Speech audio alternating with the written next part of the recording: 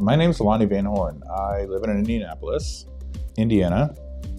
I was diagnosed with stage 4 metastatic prostate cancer in the fall of 2017. It has been 8 years now that I have been living with this disease, and it's not been easy, but I wake up and do it every day, and I still wake up every day, and that's the whole idea. So, yes, that's where I'm at. When I was originally diagnosed, I was on a treatment that lasted for 8 months, and it stopped working. My oncologist at the time wanted to place me in a clinical trial that required me to get biomarker testing. And so we did that. We learned that I had some DNA damage, damaged genes, and I was terrified. I was terrified of the whole process at the time. I was terrified of going on to a clinical trial because I think the thought process back then was, I don't want to be a lab rat, because I think that's really what the stigma was back then, like almost 10 years ago now. What I've learned from that, and what I've learned from going through the clinical trial process and, receiving targeted therapies, due to the fact that I had biomarker testing. Honestly, it feels like it should be a standard course of treatment, just doing biomarker testing. There's so many people that I talk to on almost a daily basis that say, oh my gosh, I had this done because my oncologist wanted it, and this is what I've got going on. I'm like, yeah, it's a thing, it's valid. And the funny thing is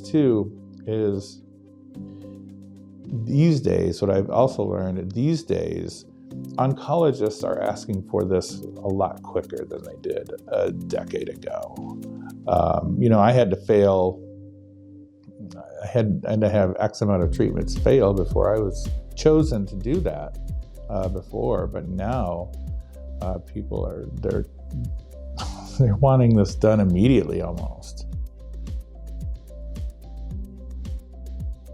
Well, I learned about it from my oncologist because he wanted me to go into a clinical trial, but it was required for me to have that at the time first.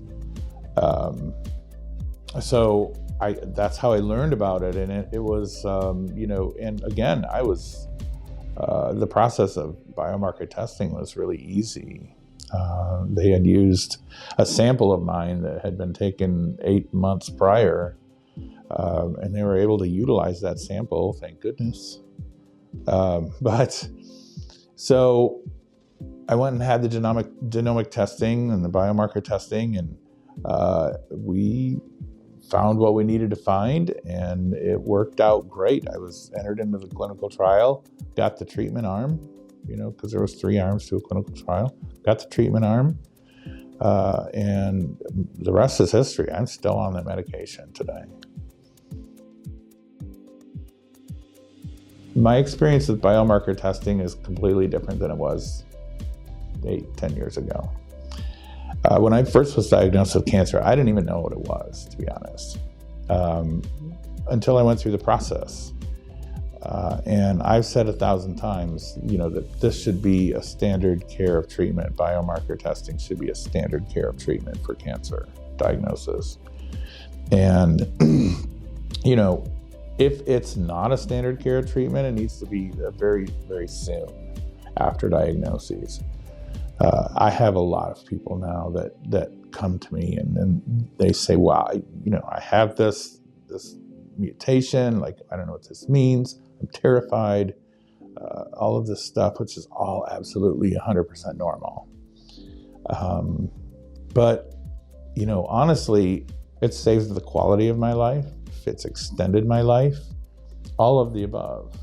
And so, when something does that for you, you tend to talk about it a lot. So I talk about it a lot. And I encourage people to, in turn, talk to their oncologist about it. If they come to me and say, oh, my brother was diagnosed with cancer, please talk to your oncologist about this. If the oncologist is not already talking to them about it, because it's that important and it's that easy of a process. I share my story because it's important for people to hear it, for people in my position to hear it. Again, I was one of those people that just felt like I was alone for easily a couple of years after my diagnosis. I felt alone. I felt like nobody understood what I was going through. Nobody understood what was happening. And that was the worst feeling in the world. And that was the worst couple of years of my life, to be honest. And so I don't want people to go through that. It's horrible. It's one of the worst feelings you could ever imagine having. And I don't think that, I did learn a lot through that experience, but I just want to be I'm fortunate to be in the position that I'm in to be able to share my story with people so they understand that it's not a death sentence immediately. It's not a death sentence. And that it gets easier to deal with and that it gets better. It's not something that you can wake up in the morning and say, oh my gosh, I don't think I'm going to make it through the day. And listen, there's times when I don't think I'm going to make it through the day either. There's days I can't even barely function. But I still wake up every day, and that's because of biomarker testing. And that's why I talk about it. I would like others to know that it's not as bad as it seems. And the process of testing for it is not as bad as it seems. Men don't really like to talk about those kinds of things down there. And also there's a really intense stigma around getting a physical prostate exam. Because again, men have large egos. And so they don't like to do that kind of stuff.